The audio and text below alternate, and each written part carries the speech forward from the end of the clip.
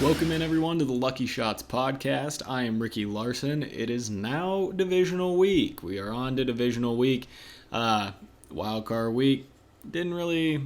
Nothing super surprising. You had a lot of blowout games, not a lot of interesting games to watch, which was a little bit, kind of sad. You want to see good football. But not necessarily the case, not necessarily what we got for most of the games. Let's hop in. We did have a couple good games, so let's hop in to last week's scores. You had Cincinnati over Las Vegas, 26-19. The Bengals, they hold on late to win their first playoff game since 1991, and I'm sure if you have the internet, if you have Facebook or anything like that, you're aware that this is the first time anybody has been able to text about the Bengals winning a playoff game because texting was invented after their last win. But first win for the Bengals in the playoffs in a long time. There was a controversial whistle on a Bengals touchdown. Did Joe Burrow, was he out of bounds? Did the whistle blow to make the defense stop? All of that. Regardless, it counted as a touchdown. Bengals hold on to win by a touchdown, so that could have been the difference, but there's nothing you can do about it. Game's over. The play was called as it was, and the Bengals move on over the Las Vegas Raiders. Then you had Buffalo over New England. Not a huge surprise. A lot of people expected Buffalo to win. Not everybody expected them to win 47-17. The Bills' offense nearly had 500 yards. They didn't ever punt. They'd never kicked a field goal besides extra points. They forced 2 turnovers, and Josh Allen had 5 touchdowns. An absolutely fantastic performance from him. And, Buffalo looking like they could make their way back to the AFC Championship, where they lost to Kansas City last year, but now that road goes through Kansas City. We'll get to that in a bit. Then you have Tampa Bay. They beat Philly pretty handedly, 31-15. Tampa Bay outscored them 31-0 through 3 quarters. So they had them beat throughout 3 quarters of the game. Philly didn't score until 12 minutes were left in the fourth quarter. They had poor play calling. I mean, it was not a good showing. Couldn't do anything on defense. When they did have success, they got pressure on Brady, but that was few and far between. And offensively, they just tried to run the ball. When they tried to throw the ball, it was screen plays, just everything Tampa Bay was ready for. If you looked at the way Tampa was playing defense, they were giving receivers such big cushions that Philly needed to do something else. They had chances to do something else, and they just didn't, and it was not a good showing for them as Tampa Bay won 31-15. Then you got San Francisco over Dallas. I guess you could call this the only upset of the past week, 23-17. Dallas had a lot of chances. They had one particular chance after a late Jimmy Garoppolo interception, but I guarantee everyone has seen or heard the controversial spot. The ref came in kind of late. They didn't have time to, clock the ball, whatever, all of that. Again, it's a thing you can't change. It happened, and San Francisco's moving on. If you look at Dallas, they had plenty of chances to win this game. They just didn't. It wasn't like San Francisco went out and played, this spectacular game that couldn't be overcome. A lot of it falls back on Dallas, just not being smart, missing opportunities, and they lose yet again as their last playoff win hasn't come since 2018. So, sorry Cowboys fans, you'll have to wait until next year. As we talked about Buffalo earlier, Kansas City beat Pittsburgh 42-21. Kansas City scored 21 points in the last 10 minutes of the first half. Game was fairly close, and then all of a sudden, Pittsburgh fell apart. Offensively, KC had 478 yards, just mopped the floor with them. Now, as I said with Buffalo, that road goes through Kansas City. These two teams met in the AFC Championship last year. This year, they're playing to get in. So we'll have to see if it's just as entertaining as last year was. But for Pittsburgh, it was Big Ben's last game, more than likely. Played 18 seasons, won 2 Super Bowls, and an interesting stat, he never had a losing record. Had records of even records, but not a losing record ever. So that's a huge accomplishment, along with 2 Super Bowls. Love him or hate him, Big Ben had a great football career. And then the final game of the week, a Monday night wild card game. First time a Monday night game has been played in the wild card round. The Rams take out the Arizona Cardinals 34-11. The Rams just had stifling defense throughout. Arizona could never get anything going. They almost looked worse than the Eagles. Couldn't move the football. Couldn't stop them defensively. Just a poor showing. In Arizona, they started off hot. They fell off towards the end of the year, and that's a disappointing way to end the season. But for Matt Stafford, he's been in the league a long time, and he finally got his first playoff win. So that's a big feather under his cap, but can he make it too? As we move on to the divisional round, we'll take a look at the playoff bracket as it stands. Like I said, not a whole lot of, upset games happened last week. Now we've got Tennessee and Green Bay joining the mix. And speaking of Tennessee, Saturday at 2:30, we will kick off the divisional round with Cincinnati versus Tennessee. Keys to victory for Cincinnati. They've got to air the ball out. That's the identity of their offense right now. Jamar Chase, T. Higgins, Joe Burrow. The chemistry between all three of them is insane. So they've got to find ways to open up the field, get the ball downfield to Chase or Higgins, really open up the game so that they can consistently run their offense. And they've got to get the ball to Chase and Higgins early. Those are your two biggest playmakers, Joe Mixon as well. But you've got to get the ball to those two guys early and often if you want your offense to, sustain drives, keep things going. And on defense, they're gonna have to stop Derrick Henry. Derrick Henry should be back more than likely. So you got to stop him and force Ryan Tannehill to beat you because, let's be honest, Ryan Tannehill, he's not the greatest of quarterbacks. There's sometimes he can pull magic out of his hat, but that's not all the time. And you have a better chance at beating this team if you have Ryan Tannehill trying to beat your team rather than trying to, work around Derrick Henry eating your defense alive. For Tennessee, their keys to victory. They got to tire out the defense with Derrick Henry. You just pound. Get Derrick Henry going. This will be his first game back since week 8. So, you got to expect the workload may not be gigantic, but that's their entire offense. This is the playoffs. You can't hold anything back. So, Derrick Henry, you've got to pound their defense, tire them out, and also get A.J. Brown involved. He is a huge playmaker in the passing game. Like I said, Cincinnati, they need to force Tannehill to beat them. Tannehill needs to find A.J. Brown because if he's in that spot, he's going to need that throughout the game to keep this offense rolling. And defensively for Tennessee, they just got to limit the big plays. I mean, that's it.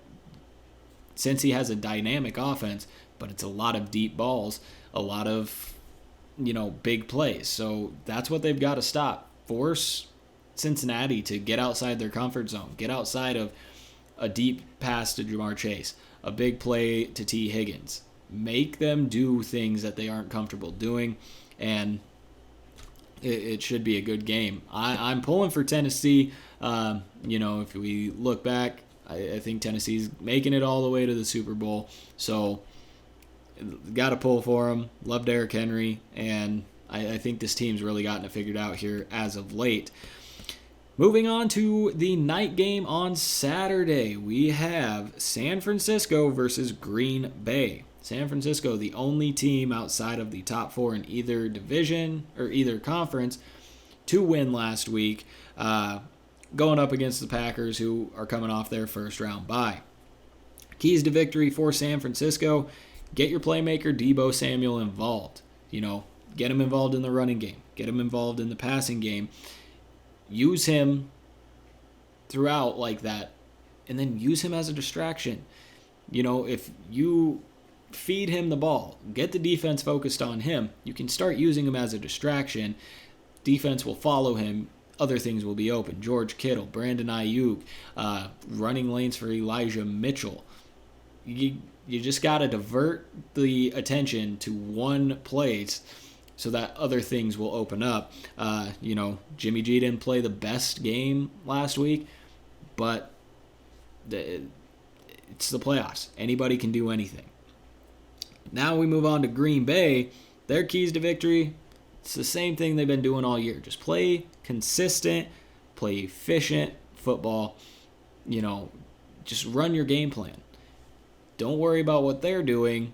Worry about what you're doing. That's one thing that Green Bay's been doing just a solid job of this year. Doing just enough to win. If the other team's playing really well, they elevate their game to play really well. If the team isn't playing great, they play just good enough to win the football game. So continue to do that. Be consistent offensively.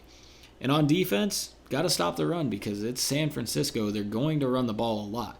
Why? Because Jimmy Garoppolo is not a great quarterback. And 2, they've got weapons like Deebo Samuel, Elijah Mitchell, who's had a great year. So you've got to stop the run and make Jimmy Garoppolo beat you. If you do that, Green Bay's defense is great, so Jimmy G is going to make mistakes if he's the one having to carry the team, trying to get the team going. So all they got to do is just stop the run, and things should fall into place, more than likely for Green Bay. I think Green Bay is going to win this game. I am a huge Deebo fan, but Green Bay has looked the way they have all season. Their second team even hardly lost to Detroit. So they're a very good football team. This could be a great year for them, but they're going to have to start off strong after last week being a bye week against a team that is riding pretty high on emotion. Then we move on to Sunday, the 1 o'clock game. And by the way, these are all mountain time. I live here in the mountain area.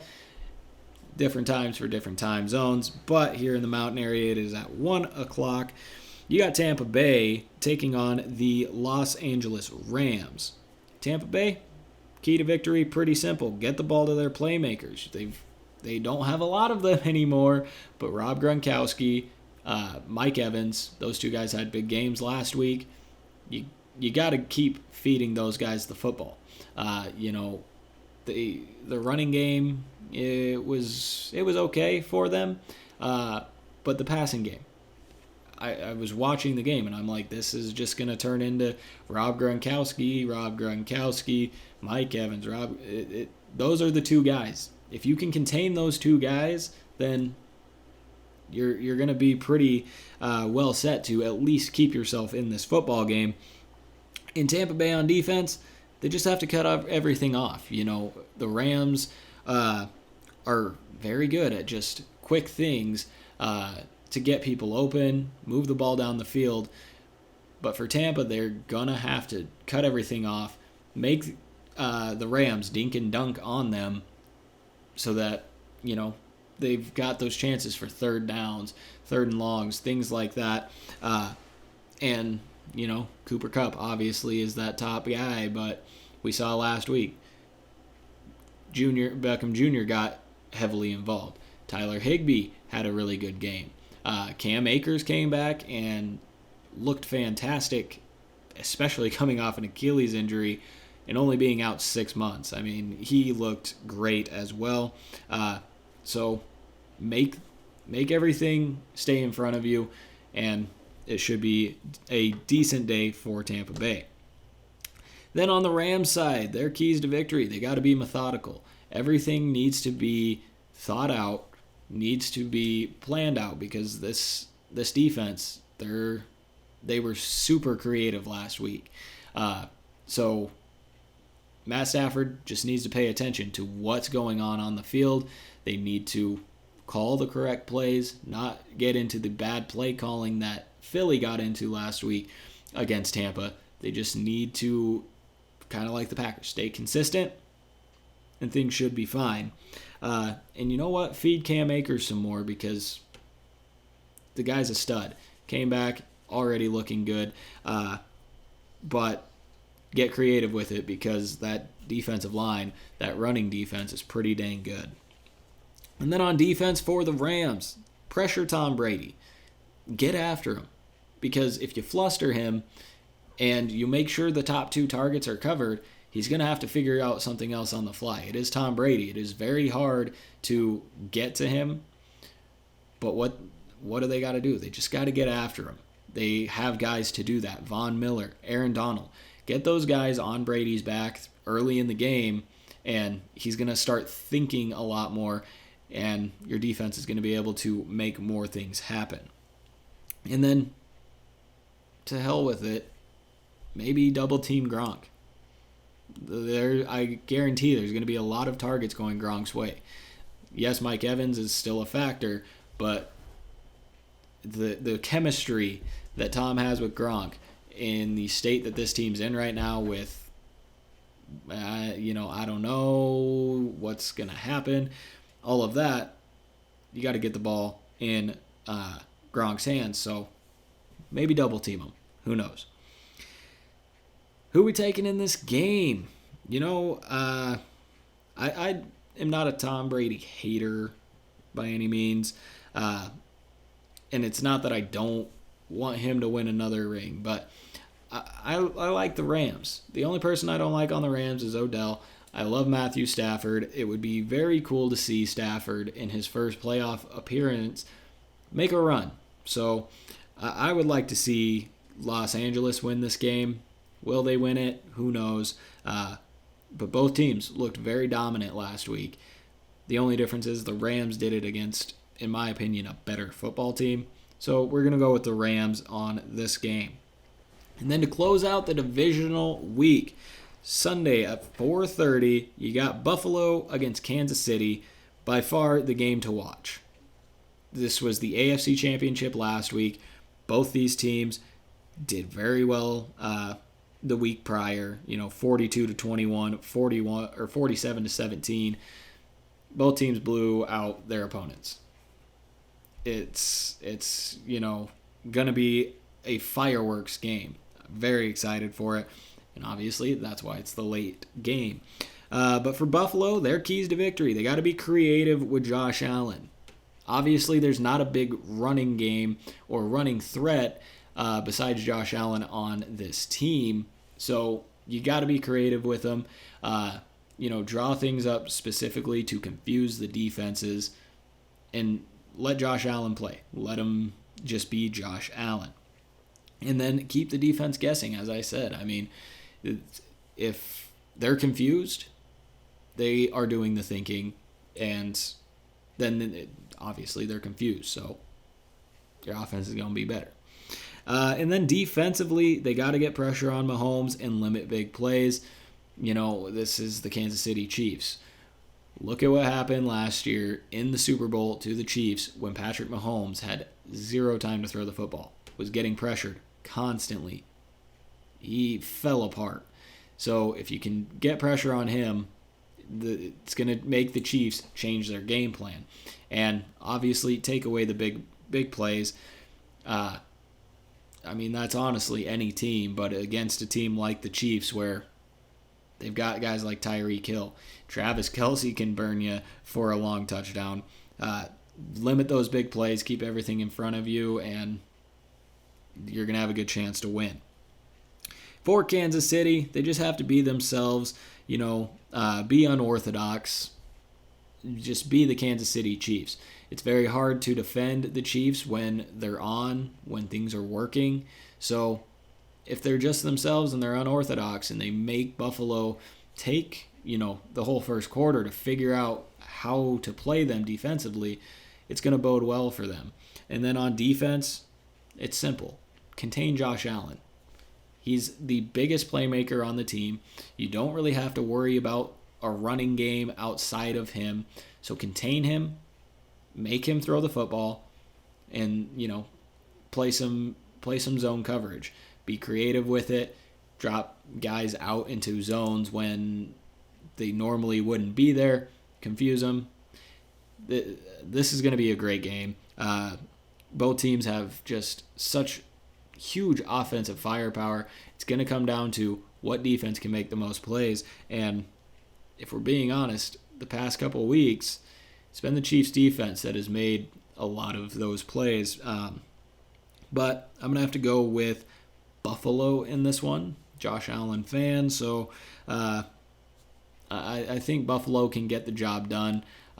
And coming in for revenge after last year, getting knocked out by this same team in the playoffs. So that's the setup for this divisional week. So next week I expect to see Tennessee and Buffalo in the AFC Championship. I expect to see Green Bay and the Rams. We'll see if that works out. We'll see if my predictions are true. But hopefully more competitive games this week as well as last week. We had 2 competitive football games out of 6. So hopefully all 4 are super competitive. Got it on Saturday, got it on Sunday. So make sure to tune in. None of them are overlapping games, so you can see all of them. We will try to see if we've got Dylan Corbett on for tomorrow. Lots been going on. Didn't get to do it last week either. Had to go car shopping, so yeah, that was a long day process, but we'll see if we can get him in tomorrow for that episode. And then don't forget to tune in next week. We will have the conference championship previews. But I am Ricky Larson. This has been the Divisional Game Day Show. We'll see you maybe tomorrow.